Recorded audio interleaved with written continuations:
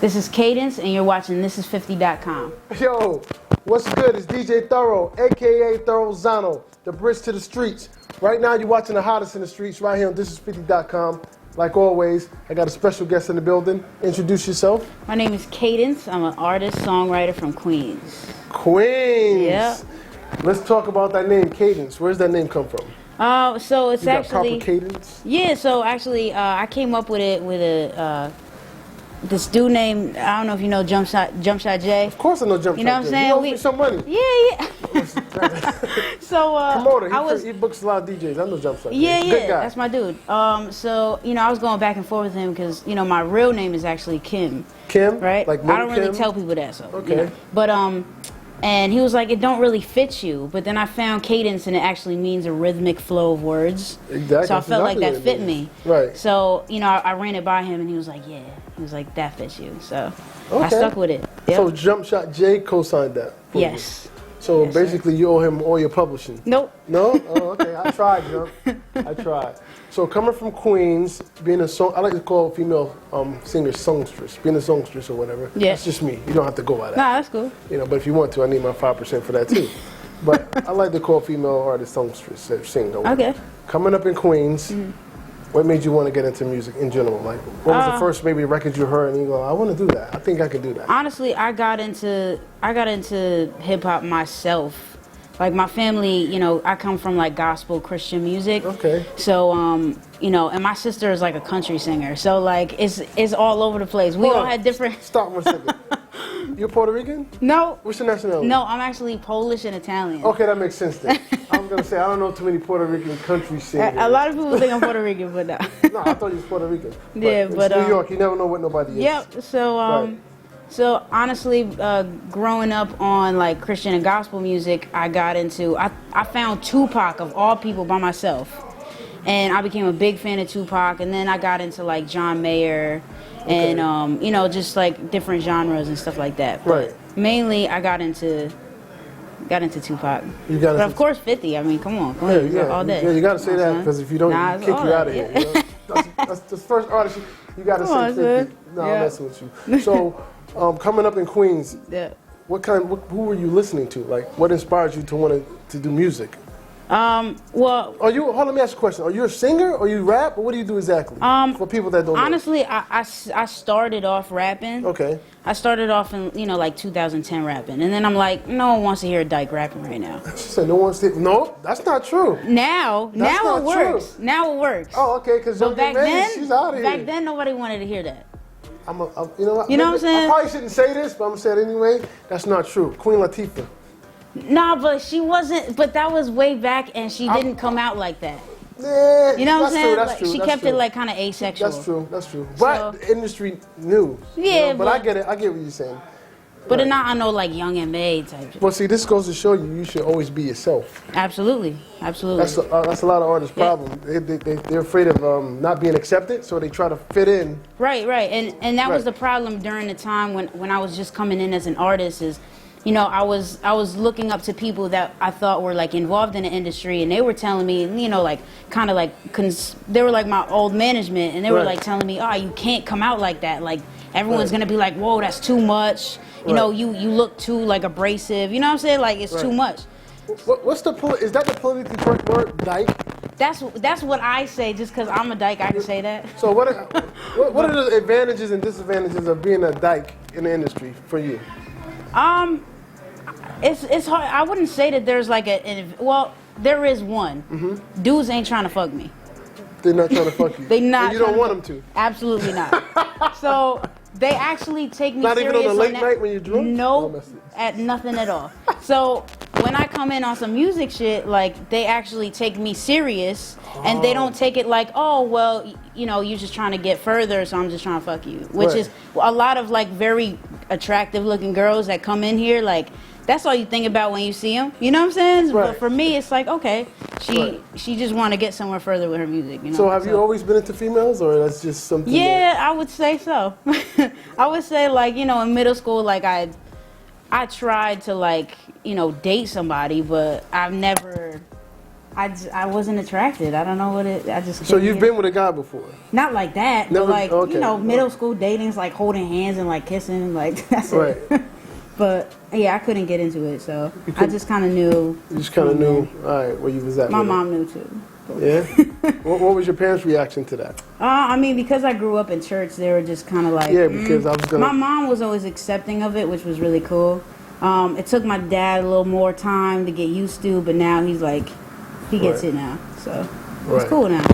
Okay. Yep. You recently signed a publishing deal. Yep. You want to talk about that? Yeah. So I signed with BMG, Seven Corners Music. Okay. This happened the late October is when I signed. Now, how did that take place? Man. So, you know, when I was living here, and I felt like I hit my ceiling. You know, there wasn't much I could do. So I was like, I need to just pack up all my shit and just I was working a salary job, packed everything up, dumped my 401k, and I drove across the country to LA. Okay. So, you know, when I did that, I would say, you know, a month in, I'm like, well, a couple weeks in, my 401k was about to be up. So I was like, damn, I gotta get a job. Like, I had to get a part-time job at a pet store. And I was like minimum wage from a salary job. Like, it was really humbling, you know what I'm saying? Right. And then I started, you know, going to some sessions with folders that had, you know, beats in them. You know, some had like some DJ Mustard, and then there was one that I never seen before. It just had like some random numbers on it.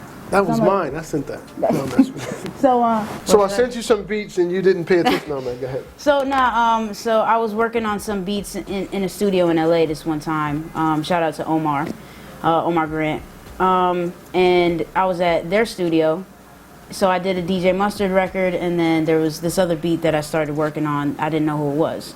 So he came in and I played the DJ Mustard. He was like, it's all right. Then I played the other one. He was like, this, you need to finish. So I was like, all right, cool. So I finished it, and I'm at the pet store like the next day, I think it was. And he called me and he was like, yo, that beat was Hit Boy's. And I was like, oh shit, that's crazy. So he was like, Hit Boy wants you to meet with him tonight. So I was like, okay, shit. So I'm like mopping the fucking pet store by my damn, you know what I'm saying? Like, you know, I had blisters from mopping so fast, and then I go to like Hit Boy studio, and I'm like sitting there like, wow. And he's like making a beat in front of me. And then he's like, yo, you know, record something, write a full song. So I wrote a full song. And then he was like, I love this. So we were in the whole week. Wow. And then he was like, yo, Ariana Grande is coming in next week. And I was like, oh shit. And he was like, I want you to be there. So she came in, I played the songs that we were doing. She like stopped them mid-song, and she was like, I want this one, and I want this one. And so we cut the records, and then that's when the labels just kind of just flooded in like out of nowhere, and like we got offers, and I always told myself like I'm not going to take a deal until I get a bidding war. Right. So we got a bidding war, man. We got a bidding war going, and I went with BMG. So right. it's like, you know, I was in the room, and he was like, I'm gonna play some records that I've been working on with Kaydence, and she was like, okay, cool. And you know, like the first one she stopped mid, and the second one she was like, I want both of these, and then we started writing one together. Right. Which was cool. Was she cool? What was her demeanor? Oh, she's the sweetest person ever. Like, I love her. Did you try to hit on her? No. I mean, that's your thing. Nah. She's like, I honestly, like, she's like a really good friend. Like, I don't see her like that. But she's like such a good friend. We became so close that she actually flew me out to Florida because she went to like the Halloween Horror Nights. Right. She flew me out. And we like went to like all the, you know, through all the like haunted houses. Right. We stayed at Animal Kingdom Hotel. Like, it was mad fun. Like, we just became. Always gotta do this. When people tell me good luck story, I got the rub off on me. Like, it just and it happened so fast. Like, I went from like not knowing where I was going with music to like a couple months later, I'm chilling with like A-list, you know what I'm saying, A-list celebrities, like, which is crazy to me, but. Right. Wow. Yeah, so. But I went to visit LA, and I linked up with 1500 or Nothing out there, and Siege Monstrosity. Shout out to Siege. Right. I met with him, and he and I sat down and played some stuff for him, and he was like, "You need to be out here." Right. And it was just like a realization because he told me his story, and I was like, "That's it, I'm moving." So like as soon as I got back from that trip, I put in my 2 weeks. And then you're out. Yeah, it was a really scary like thing to do, to like quit your not knowing what is gonna happen. Like, Right. I was looking also. You worked with Snoop Dogg, Nelly. What was that like? yo, Nelly is mad cool. Right. First off, it was just a really fun, cool vibe. Like he brought the smoke, he brought the drinks, and we just like chilled and just tried different ideas together. And it was funny because this is when I was broke as hell, and I was like, damn, I had to park in like the parking lot of the studio, Right. and I knew you had to pay to get out, and I'm like, damn, like I got probably like some change, and I'm hoping they validate. So I'm like, yo, Nelly, do you know how much it is? Like, do they validate here? And he was like, nah, you good. And he handed me like $100 or $200 or something like that. And I was like, so, but he was mad cool, like great dude. And Right. with Snoop, I was actually working on some stuff for his daughter, Okay. Corey B. And with 1500 or nothing. But his studio is so crazy, and definitely a bucket list check when you get to smoke with Snoop. Right. So. Did he That was smoke you under the table? Could you hang with him? I could hang. I mean, I kept some light puffs. You know what I'm saying? Right. Like I wasn't trying to OD. So Because I saw the competition. I heard stories before, so Yeah. I was like, The stuff with him and Wiz damn near passed out. I remember when I got there. I got lit enough to where I had cough drops because I was like just getting over a cold, and I tried charging my cough drops like with my phone charger. So like I look back and I'm like, wow, this is like in Oh, you was high. cough drops. Yeah. But yeah, so Right. but that's as lit as I got. I try to. Right. All right. You have a record out, correct? Yes. All right, let's talk about that record. Yep. What is it called? It's called Caught at a Habit. Was it? Caught at a Habit. Okay, explain that title. All right. So at the time that I wrote it, I was talking to this new chick, and you know, when you catch yourself in a new relationship, or when you're talking to someone where you do things that you really wouldn't do, like you say things out of character, like Right. just because you in that infatuation phase. Right. So I wrote it during that time when I had caught myself, and I'm like, whoa, like I need to chill. Like I'm doing the most right now. Okay. So, so I wrote a song about it because the Ratchet Gods, who actually executively produced the album, they sent me something over, and I was like, you know what, I'm gonna try it over this beat.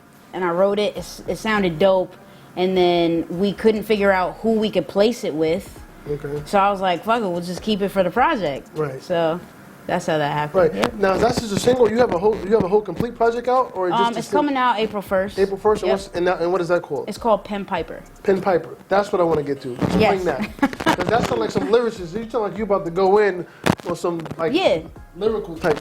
So stuff. well, the Pen Piper is actually based. You know, it's like the story of the Pied Piper. I don't know if you know the story of the Pied Piper, but Of course, I wrote it. No, that's good. but you know, it's kind of like a revengeful, like aggressive, like story.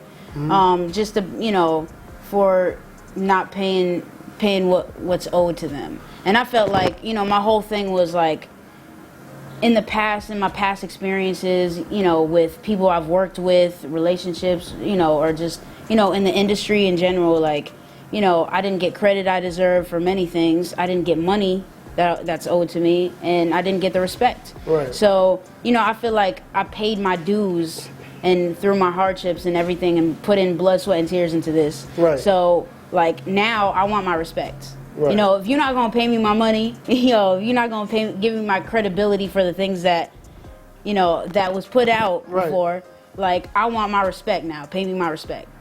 It's just the respect of like making sure I'm credited for the work I put in. You know. Right. All right. Well, listen. You're an amazing talent, clearly. Thank you. But what I want to know is, Yeah. I want to firsthand witness what Nelly heard, what Snoop heard, Mr. J Hatchet. So I have this segment on my show. It's called On the Spot. You know what that means? Well, yeah. It means you're on the spot. I need to hear something. It's DJ Thoro, Kaydence, this is 50.com. Let's hear something. Let's hear that beautiful voice. Let's hear some lyrics. Let's hear something. I need to hear something. Let's go. You're on the spot. Let's go. Had to put the rules on you. You don't know how to act when I pull up. I swear that valet be too much. But I don't care, cause I want you bad. Better than I ever did want it. Pop a tab, hit the bed like I own it. I'm rolling out 8 in the morning, oh man. You be fucking up my mojo. Your girl run, your girl run. Usually I dip as soon as you got done. Then I'm at the pram like it's 2-on-1. Yeah. Well, you gon' make me lose my cool. Shit that I do for you. I'm going crazy. On my mind all day, baby, you got me caught at a habit, yeah. I shouldn't be getting used to doing things that I ain't used to, yeah. All right. Okay, nice. Yeah. Nice. Nice. Thank you, man. I like that. We gotta do something. All right, cool. I like that. Yeah. So, is the obvious gonna happen, or you and Young M.A gonna do a song together? Shit, I mean, sure. I mean, I'm with that. You with that? Yeah. What would you call a song like that? What would the title of that be? Yo, I don't know. That's a hell of a title. Think about that. Yeah. I'm not like, I mean, I'm with whatever, but I ain't trying I can't say I could out rap her. I can't, but I think she's dope. But I would definitely do a hook for her. You definitely do a hook for her? Yeah, she's super dope. Yeah, Same with Saya. I'm a fan of Saya. Yeah, Saya's dope. I had her up here Yep. too. She's dope. Yeah, she's amazing. Right. So, Okay. So women need to stick together, man. yeah, you gotta stick together. Yeah. You know, you got to. Matter of fact, form a group. You know, that'll I don't be know about all dope. that, but Hey, I need the manager. yeah. So, if anybody want to get in contact with you, how can they get in contact with you? Yeah, you can check me out on Instagram. I'm Kaydence, KAYDENCEVISUS. I got some Pen Piper merch for the project on penpiper.com. Just want to give a shout out to the Ratchet guys who executively produced the album. We actually have 1/3 of them here right now. That's King right there. That's the guy right there. And shout out to my team, Another Breed. I got Johnny Gooch in the building right now. And shout out to my manager, Jay Hatch, and the iStandard crew. I'm going to give a shout out to Analogic, Symphony, Johnny Vola, and Mind Killer. Also Jay Alston. He's a dope feature that's on the project. He's a dope artist from Atlanta. So you got to check out. So. Right. Yep. All right, so that's what it is. Kaydence, DJ Thoro. This is 50.com, the hottest in the streets. And like always, when you see us, one knee us. Let me pay respect. Yeah.